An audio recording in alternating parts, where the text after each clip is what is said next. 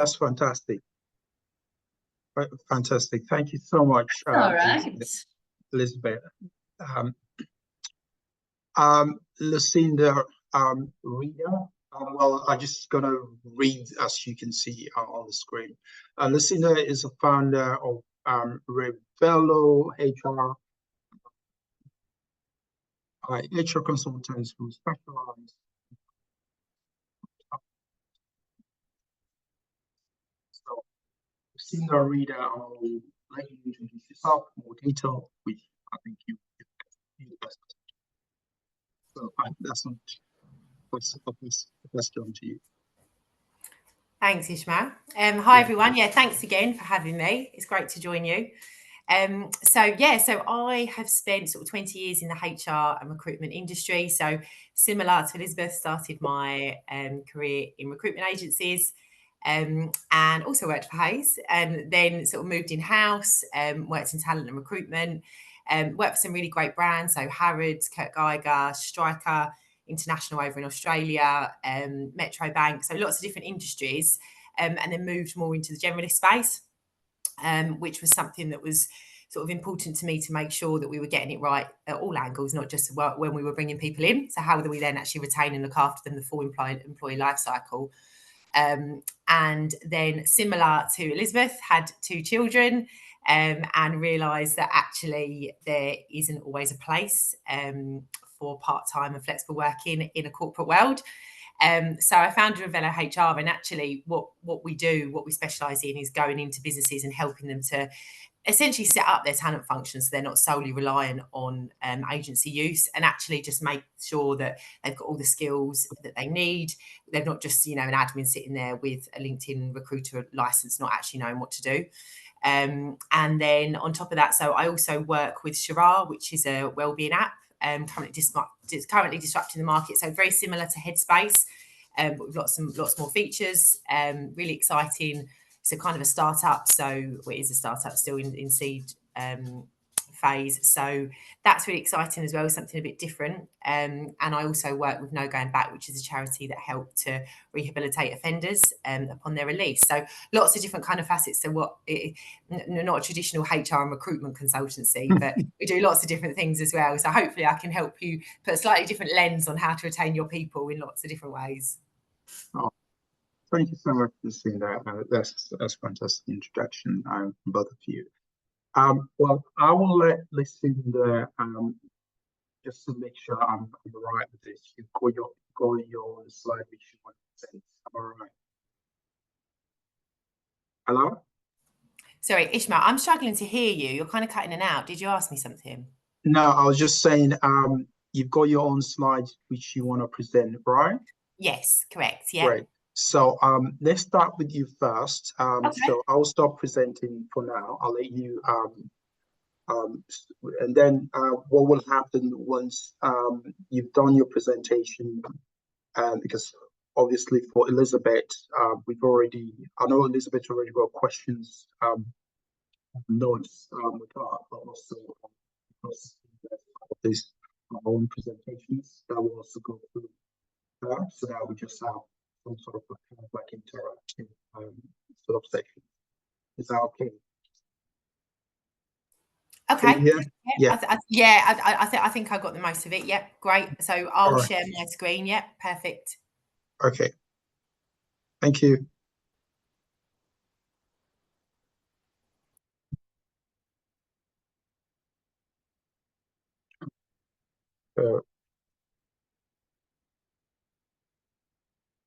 Stop sharing now.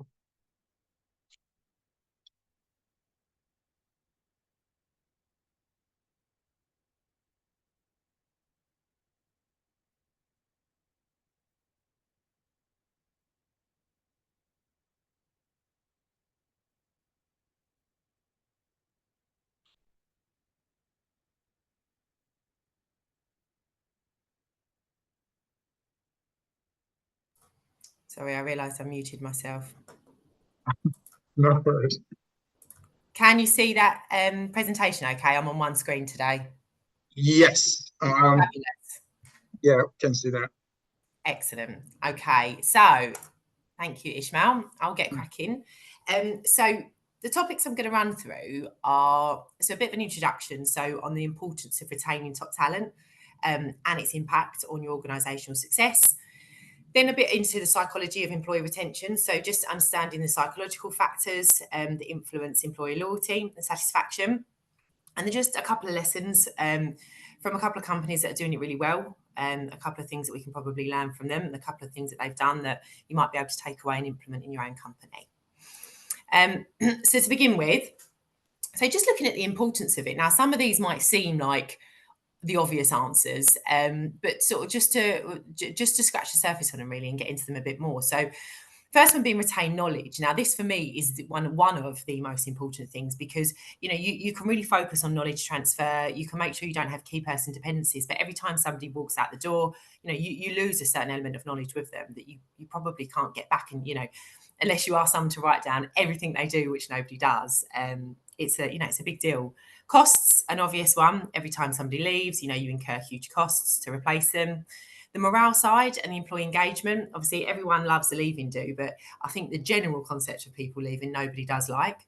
You give a bit of a boost to productivity when people do stay, because I think people, it takes a long time for teams to start working well together and actually in a productive way. So if you can retain your people, you boost your productivity. Losing time on hiring, interviewing is lengthy. It's not just the, initial interview stage and you've got the feedback to give, you've got the initial searches to do, you've got the, offer processes to manage. They're really, lengthy processes.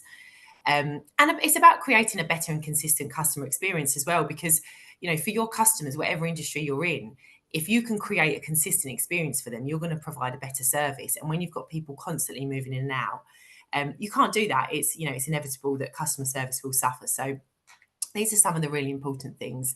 And obviously this list absolutely isn't exhaustive. These are just the things that I believe. And then moving on to, so the psychology of employee retention.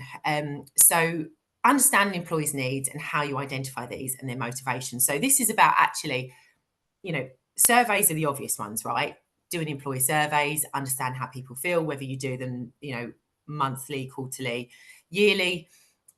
How frequent you do the survey isn't the important part. It's the questions that you ask, and actually it's what you do with the answers. I talk a lot about this, because you can actually do a lot of damage if you just put surveys out there and then you have no intention of acting on that feedback. It's really important. Surveys are great, but I caveat that if you really need to use them and the data in the right way, and make sure people feel as though you're not just asking the questions for the sake of it, you're actually going to do something with it. And I always use the example of, if you're going to ask people, how they feel about employee benefits, if you've got no intention of doing anything with the answers, then don't ask the question, because you'll demotivate people. One-to-ones, this should absolutely be standard in every business. It's not. But this is a great way of actually finding out how people are feeling and really gauging it. They really should be done weekly. I think everyone can find 10 minutes at least for a phone call. 360 feedback, so finding out about how people feel about leadership is always really helpful. Annual reviews. Again, this is gold. This isn't just a check in how people are feeling. This is about, understanding where people want to go, what they believe their objectives are, how they believe they're performing. And actually you can really understand, where do they want to be in the next 12 to 24 months? How can you retain them by helping them to get there? And then networks. I love networks. I love internal networks. They're brilliant. You can really create a sense of belonging through these, whether it's parents, whether it's, a diversity group, whatever that is. Actually, you can create some really powerful feedback through these. So when we've done, with some of my clients, we've done employee surveys. We've then worked with some of the networks within the companies to understand the feedback and to actually delve deeper into it. And we got much better and deeper insights through the networks, because people feel more comfortable expressing and giving views in those networks than they do one-to-one with their managers. So these are gold. I really can't emphasize that enough. Recognition. So this is a huge part of employee retention and helping people to feel valued. Now, I put pay at the top because let's just get that out of the way, right? Pay, isn't absolutely not the be all and end all. You can pay someone the highest salary in the industry. However, if you don't do all the other things, the pay is irrelevant. Bonus, I put that in there because actually you need to be transparent about bonuses, and people need to understand what they're getting, why they're getting it, what the targets are. Don't move the goalposts.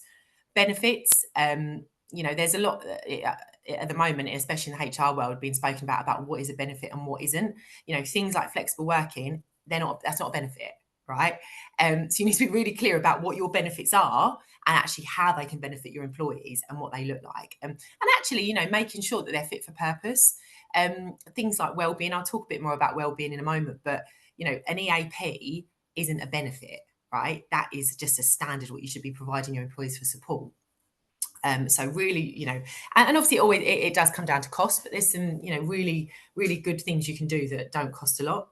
Awards, so this hasn't got to be, you know, the Oscars. It's actually just more about, you know, making people feel recognised. It can be a certificate, you know, it hasn't got to be anything big. It's just how people feel. Intranet, so I've used Yammer quite extensively before, where you can, you know, you can post recognition for people, you can build up awards on there. It's a great way for on the spot recognition. And then, so lastly, on the spot recognition, but this doesn't have to be done in a formal manner. This can be verbal. You know, if somebody, you know, has sent out an email of a big piece of work that they completed, you know, with a number of people on that email, who's replying to say, well done, that was a great job, you know, to all? It's things like that that make people feel valued. And a lot of people just don't get, and they just don't do. And then creating a positive culture and environment. So these are just some of the areas that I think, you know, and everyone will possibly nod along and say, yeah, we do all of this. But I think if you really look at your business and look at your leaders, you can probably, everyone can improve on these. So transparency, trust, communication, exco being present and accessible. You know, are there opportunities? So your executive committee, you know, are there opportunities for you to do things like, you know, we used to do tea on teams with some of our exco, or with one of the directors I used to work with. She was a chief people officer. We used to do donuts with Danny. You know, she had really informal chats with people. Colleagues love that. And it does actually create a really positive culture and make them feel valued. And then well-being. So I touched on this earlier. Obviously, I'm a huge advocate of this, being an ed for a wellbeing app, but genuinely, you know, providing an EAP for people isn't enough anymore. You know, you need to invest in your people's well-being holistically and make sure that they have access to what they need. If they, you know, if they experience times of trouble, or actually if they're under work-related stress, whatever that is, you need to understand from your employees what they need and support them.